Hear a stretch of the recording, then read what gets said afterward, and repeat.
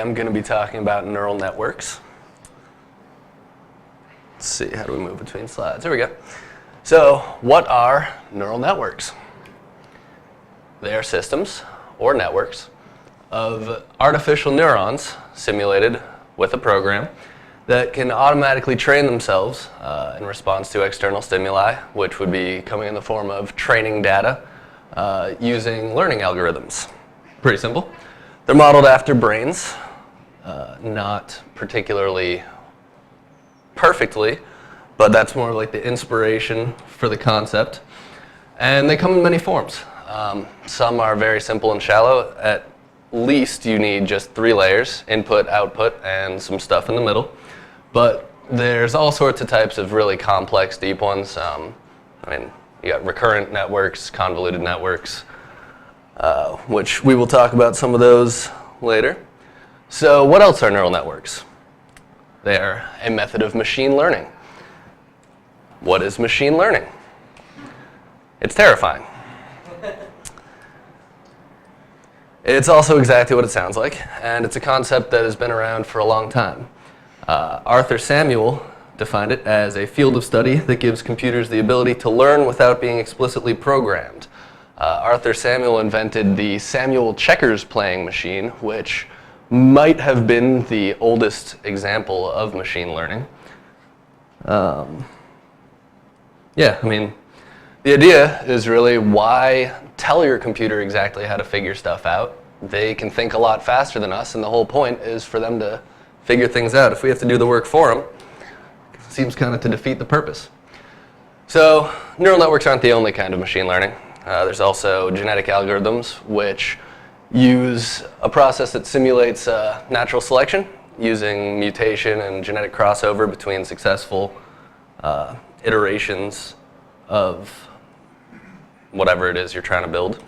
And there's a ton more. I was going to list some more, but there are so many, and each one is just its own crazy rabbit hole of information. So neural networks are really cool. At first glance, it may not seem super obvious as to why, but Google recently released their project called Deep Dream, which a lot of you may have heard of, but if you haven't, what it does is it takes an image and through a process of identifying features and then amplifying them, it shows you what it sees.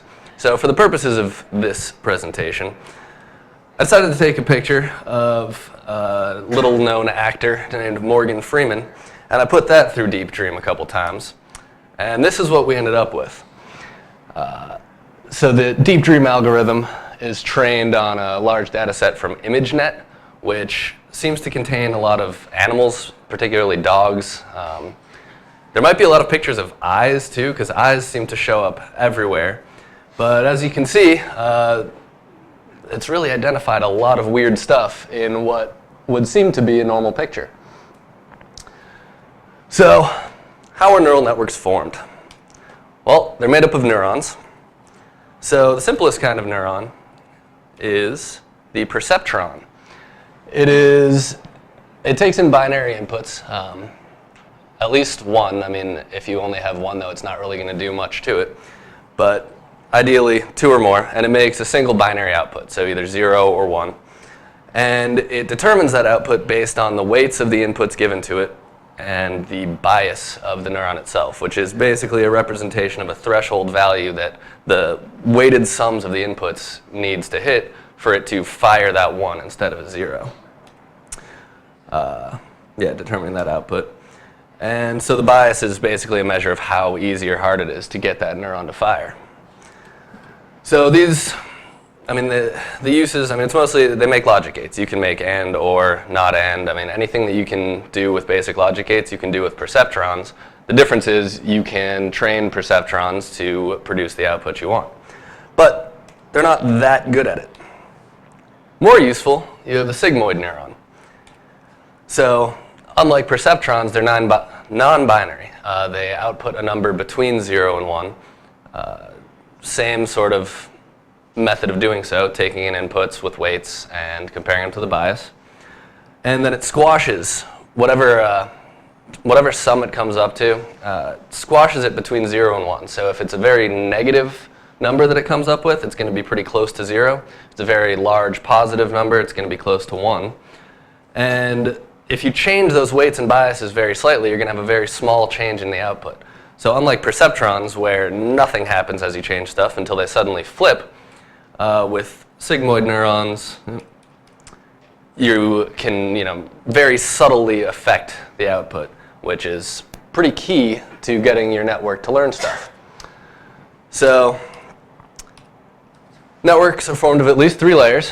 The middle, which can be, 1 or more layers, that's where all the cool stuff happens. And so in a simple network, feed forward, all the neurons are connected to all of the neurons in the layers before and after it. So you got your inputs, you got your hidden stuff, you got your output. So there's a handwriting recognition program that I learned about when I was reading for this. And so it takes in an image. So in this case, it was 28 by 28 pixels. The input layer is 784 neurons. Not all of them are pictured here. So it's 1 for each pixel. And the output of each of those input neurons is basically like how intense is that pixel. So it feeds it to the hidden layer, comes out to the output, and the desired output is you want whatever number that the handwriting was supposed to represent, that should be a 1 and the rest should be zeros. And if it's not, you can adjust slightly through basically a cost function that tells you how wrong you are, and something called backpropagation that would take me too long to get into because I'm already running out of time. And backpropagation basically takes that cost that you've determined and it runs back through it, figuring out how much to change each weight and bias. So what are deep neural networks then? They're networks with many layers.